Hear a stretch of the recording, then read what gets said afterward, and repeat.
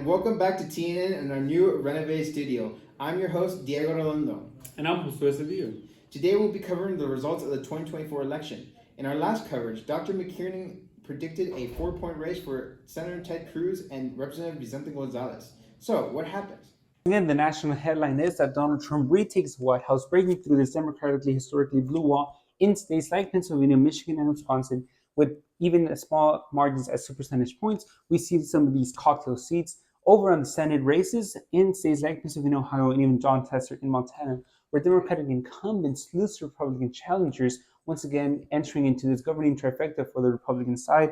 We see this highlighted in the exposure theory as well, where we see that incumbent presidents may lose in midterms or even general elections, losing to challengers because they either overperform in the previous races or they underperform in the polls or such other margins.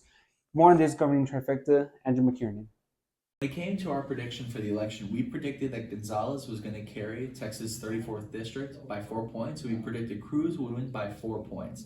Now, this was based on a couple of factors. The Cook PVI for Texas' 34th is a D+9 district, and overall Texas is a R+5 district. And we came up with those numbers because Flores outraised Gonzalez nearly 2-1, which is a positive predictor of challenger success. And also we calculated the incumbency advantage for Ted Cruz, and we found out it was actually negative 1.8. Now, the real results were that Vicente Gonzalez won by only 2.6 and Cruz won by a gargantuan 8.6. So what happened? Firstly, the polls were just really wrong in Texas. And the reason they were wrong is because of what happened right here. As you can see, and these are the Senate results, the Rio Grande Valley almost entirely flipped Republican. If I showed you the presidential results, you'd see a lot more red on this map. And specifically what happened is in counties right here, Starr County, this is the most Hispanic district in America, and for the first time in decades, it flipped to the Republicans, Cruz and Trump both outright winning it. So what happened was Hispanics in Texas overwhelmingly flipped to the Republican Party. Some exit polls show that Hispanic men in Texas flipped to the Republicans by about 25 points.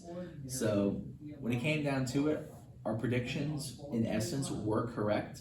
However, the polls were wrong, and a lot of the fundamentals in this election have shifted. Now back to you guys in the studio. Thank you, Dr. McKiernan, and that concludes our coverage of the 2024 election results. I'm your host, Diego Redondo. And I'm Josué Cedillo. Thank you, America. And good night.